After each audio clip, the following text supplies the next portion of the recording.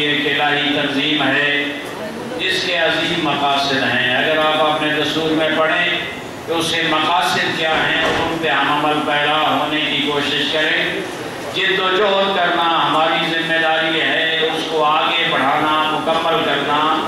خداوند کریم کی مدد کی ضرورت ہوتی ہے. لطف خداوندی شامل حال ہو اور ہمارا اخلاص ہو اور خلوص ہو اور جد و جہد ہو تو میں سمجھتا ہوں کامیابی یقیناً نصیب ہوتی ہے انہی لوگوں کو جو اللہ کی راہ میں جد و جہد کرتے ہیں.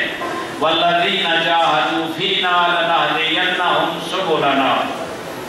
میں سمجھتا ہوں کہ شکریہ ادا کرنا چاہیے سابقہ صدر جناب برادر محترم حسن عباس صاحب کا.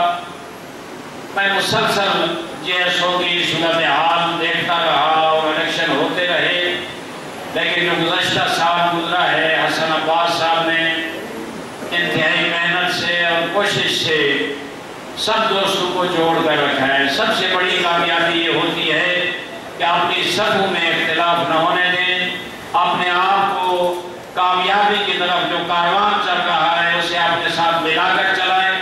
اور میں سمجھتا ہوں حسن عباس صاحب اس میں کامیاب ہوئے ہیں. اس سے پہلے جو مسائل تھے الحمدللہ اس سال وہ مسائل ختم ہوئے ہیں اور ہم یہ توقع رکھتے ہیں.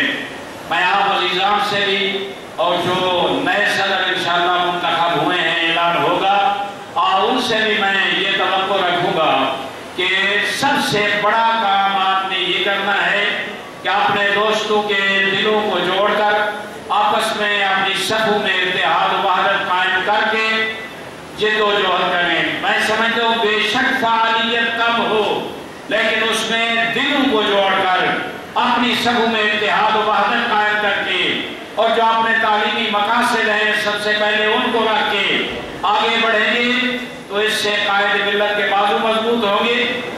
آغا صاحب جو بحرانوں سے گزر کر آئے ہیں، میں کہتا رہتا ہوں مرد بحران ہے علامہ صاحب ہماری قوم کے لیے اور پورے پاکستان کے لیے بلکہ امت کے لیے ایک نعمت ہے آغا صاحب کا وجود.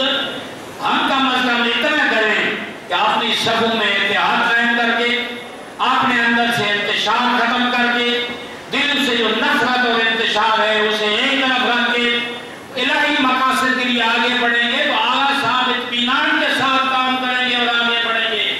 روز ہمارے اندر مسائل ہوں گے، اختلاف ہوں گے، ہم ٹکڑیوں میں بٹے ہوں گے، ہم انتشار میں ہوں گے تو ظاہر ہے آغا صاحب کو تکلیف ہوگی. اور ظاہر ہے کسی بھی مومن کو اور خصوصاً قائد بزرگوار فرزند زہرا جو ملت کے لیے جد و جہد کر رہے ہیں ان کے دل کو دکھانا میں سمجھتا ہوں گناہ کبیرہ ہے. ہم مل کر کام کریں گے تو آغا صاحب کی وہ جو جد و جہد ہے اس کو آگے بڑھانے میں ہم زیادہ کامیاب ہوں گے. اور ہمارے اندر چھوٹے چھوٹے مسائل میں اختلاف ہوگا، مسائل ہوں گے تو میں سمجھتا ہوں یہ ہماری کمزوری ہوگی اور اس سے ملت کمزور ہوگی، اس سے ہمارا کار کمزور ہوگا، اس سے ہمارا مشن کمزور ہوگا. میں سلام پیش کرتا ہوں آپ سب نے جو جد و جہد کیے جس خلوص سے آئے ہیں. اور میں یہاں یہ عرض کر دوں کہ انتخابات کے پروسیس میں مجلس نظارت کے جن معزز ممبران نے شرکت کی، سابقہ صدر بھی تھے، باقی حضرات بھی تھے، الحمدللہ میں یقین سے یہ کہہ سکتا ہوں کہ یہ انتخابات ہر قسم کے شک و شبہ سے بالاتر ہیں. بہت اچھے انتخابات میں ایک اچھا پروسیس چلا ہے.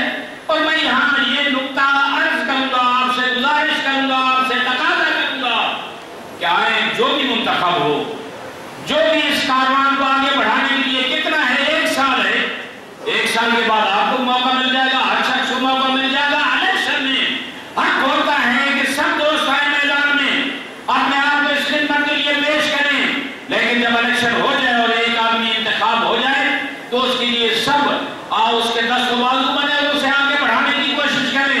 پھر اختلاف کرنا کہ میں نے ووٹ نہیں دیا تھا یا میرا کینڈیڈیٹ یہ نہیں تھا، فلاں تھا، میرے خیال میں یہ کینڈیڈیٹ اپنے اپنے اس وقت تک ہوتے ہیں جب تک انتخابات کا پروسیس مکمل نہیں ہوتا. جب یہ مکمل ہو جاتا ہے اس وقت یہ ساری چیزیں ختم ہو جاتی ہیں اور جو صدر منتخب ہوگا وہ سب کا صدر ہوگا، صرف ان کا نہیں ہوگا جن نے ووٹ دیا ہے.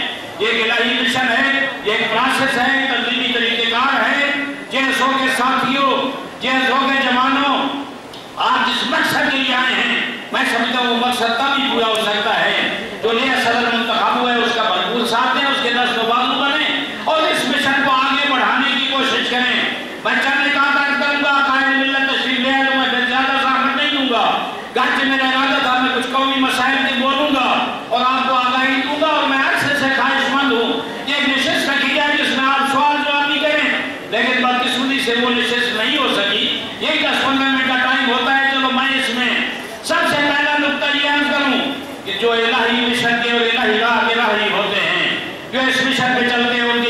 سے پہلا اصول تقوی الہی ہے۔